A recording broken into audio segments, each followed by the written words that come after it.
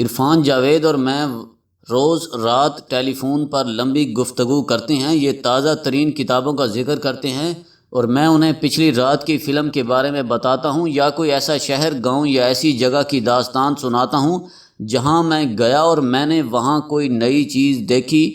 یہ سرکاری ملازم ہیں مگر ان کی روح میں ایک دانشور، ایک مخلص انسان چھپا ہے۔ یہ سارا دن دفتری کام کرتے ہیں، فائلوں پر دستخط کرتے ہیں، میٹنگز بھگتاتے رہتے ہیں، مگر جو ہی شام ہوتی ہے تو ان کے اندر کا مخلص انسان اور دانشور جاگ جاتا ہے اور پھر یہ سونے تک کتابوں اور خیالات میں تیرتے رہتے ہیں۔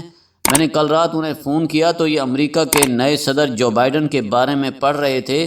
ان کا کہنا تھا پورے ملک کا میڈیا جو بائیڈن پر گوگل کو کاپی کر رہا ہے۔ یہ گوگل سے امریکہ کے نئے صدر کے بارے میں مواد اٹھاتے ہیں اور ترجمہ کر کے لکھ دیتے ہیں۔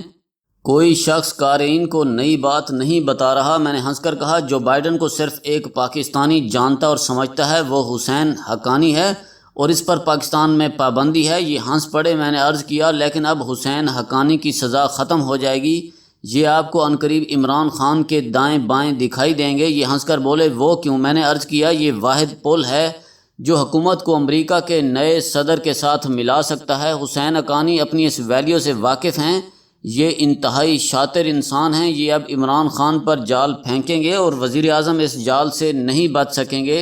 عرفان جاوید غیر سیاسی دانشور ہیں۔ یہ بور ہونے لگے اور یوں ہم جو بائیڈن پر واپس آ گئے۔ ان کا کہنا تھا میں حیران ہوں جو بائیڈن امریکی ہونے کے باوجود شراب نہیں پیتے۔ میں نے ہنس کر کہا یہ سگریٹ بھی نہیں پیتے۔ عرفان جاوید نے کہا لگایا۔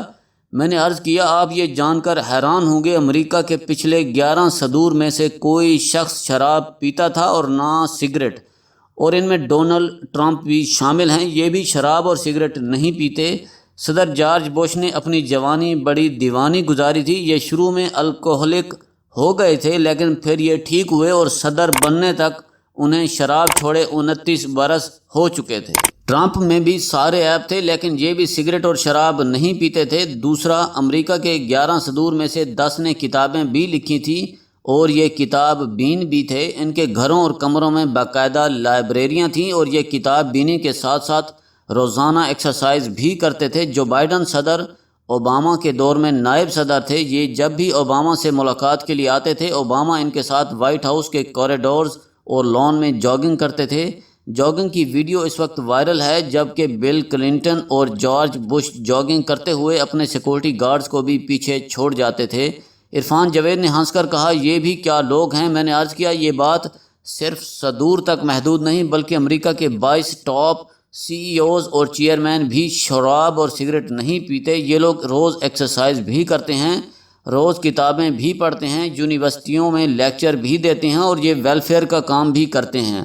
بل گیٹس اور وارن بفیٹ دنیا کی امیر ترین اور مصروف ترین لوگ ہیں۔ بل گیٹس سال میں 80 کتابیں پڑھتے ہیں، یہ ہفتے میں 2 کتابیں ختم کرتے ہیں کہ وارن بفیٹ روزانہ 4-5 گھنٹے مطالعہ کرتے ہیں۔ یہ 22 سی ای اوز اپنی گاڑی بھی خود ڈرائیو کرتے ہیں۔ یہ صرف آفیشل لنچ، ڈنر اور تقریبات میں ڈرائیور ساتھ لے کر جاتے ہیں۔ یہ عام حالات میں اکیلے ڈرائیو کرتے ہیں اور قطار میں کھڑے ہو کر برگر اور کافی لیتے ہیں اور اپنے گھر کے لیے خود سودا خریدتے ہیں۔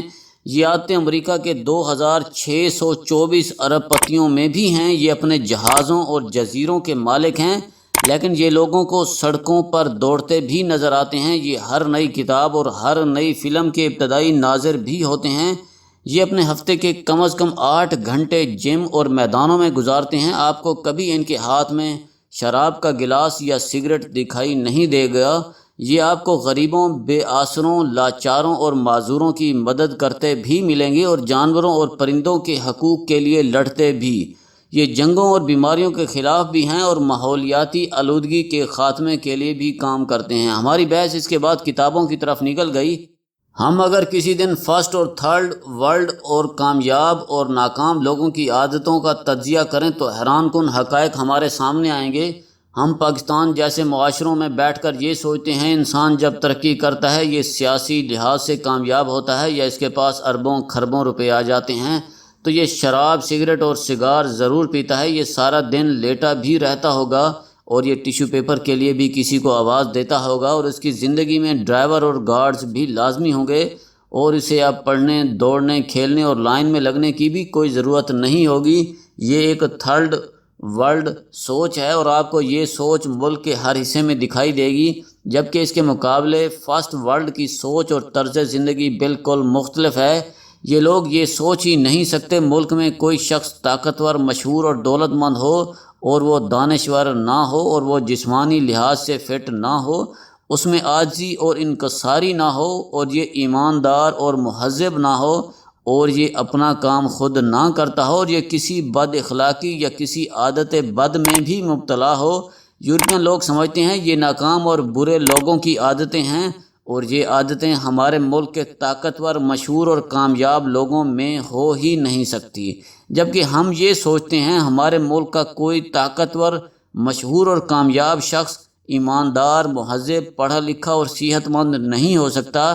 یہ اپنی گاڑی بھی خود نہیں چلا سکتا، یہ اپنے گھر کا سودا بھی خود نہیں لے کر آئے گا اور یہ کتابیں بھی نہیں پڑھے گا اور یہ واک اور جاگنگ بھی نہیں کرے گا اور یہ لوگوں سے جھک جھک کر بھی نہیں ملے گا، اور یہ وہ ناکام سوچ ہے جو ہمیں کامیاب نہیں ہونے دیتی۔ ہم اپنے گھر میں اپنے مہمانوں کی خدمت خود کرتے ہیں۔ میں یا میرے بیٹے مہمان کے سامنے چائے اور کھانے کے برتن لگاتے ہیں اور مہمان چھوٹا ہو یا بڑا ہم خود اسے سرو کرتے ہیں۔ ہمارے تمام مہمان ہماری اس غریبانہ سوچ پر حیران ہوتے ہیں، لیکن میں انہیں ہر بار یہ جواب دیتا ہوں، ہم اگر خود اپنے ہاتھ سے اپنے مہمانوں کی خدمت بھی نہیں کر سکتے تو پھر ہمیں انسان کہلانے کا کوئی حق نہیں۔ آپ کو شاید یہ جان کر حیرت ہوگی، میں نے اپنے دونوں بیٹوں کو ویٹر کی ٹریننگ دلا رکھی ہے، یہ پروفیشنل ویٹرز بھی ہیں۔ میرے دوستوں کو میری یہ حرکت اچھی نہیں لگتی، لیکن میں دنیا میں جہاں بھی گیا میں نے بڑے بڑے لوگوں کو اپنے مہمانوں کو خود سرو کرتے دیکھا۔ میں آرٹ بک ورلڈ سے ملا، میں نے بل گیٹس اور لی آیا کوکس سے ملاقات کی۔ یہ لوگ خود کافی بنا کر اپنے مہمانوں کو پیش کر رہے تھے اور ان کی شان کا کوئی کنگرا ڈھیلا نہیں ہوا تھا، جبکہ ہم گاڑی کا دروازہ تک دوسروں سے کھلواتے ہیں اور ہم جب تک لیٹ نہ ہو جائیں، ہم جب تک لوگوں کو انتظار نہ کرا لیں، ہم خود کو اہم نہیں سمجھتے۔ ہمیں ماننا ہوگا امریکہ اگر آج امریکہ ہے تو اس کی وجہ امریکیوں کی عادتیں ہیں۔ یہ لوگوں کو دو عادتوں میں تقسیم کرتے ہیں، اچھی عادتوں والے لوگ اور بری عادتوں کے لوگ۔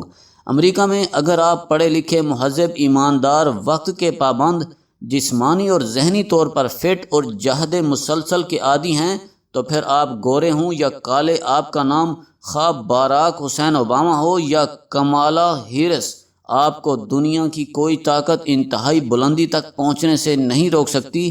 لیکن آپ اگر سست، مایوس، بیمار، بے ایمان، غیر مہذب اور نالائق ہیں تو پھر آپ خواہ کسی بھی خاندان سے تعلق رکھتے ہوں، امریکی معاشرہ آپ کو مسترد کر دے گا۔ کاروبار ہو یا سیاست، ناکامی پھر آپ کی مقدر ہوگی۔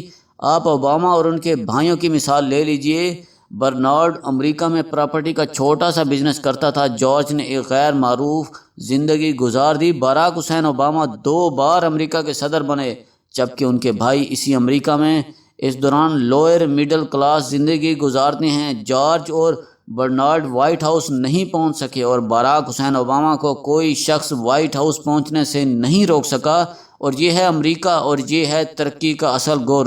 یعنی آپ 10 اچھی عادتیں اپنا لیں اور آپ کے لیے سارے بند دروازے کھل جائیں گے۔ آپ اگر کینیڈی خاندان سے بھی تعلق رکھتے ہیں اور آپ کی اگر عادتیں اچھی نہیں ہیں تو پھر کوئی شخص آپ اور آپ کے خاندان کو ڈوبنے سے نہیں بچا سکے گا۔ دنیا میں کامیابی کا صرف یہی گر ہے، آپ اچھے ہو جائیں گے، آپ کو اس کا پھل ضرور ملے گا، اور آپ اگر غلط راستے پر نکل گئے ہیں تو پھر آپ کے مقدر میں بربادی کے سوا کچھ نہیں بچے گا۔ یقین نہ آئے تو آپ ٹیسٹ کر کے دیکھ لیں، آپ کو H2O کی طرح کامیابی کا یہ فارمولہ بھی ہر جگہ یکساں ملے گا۔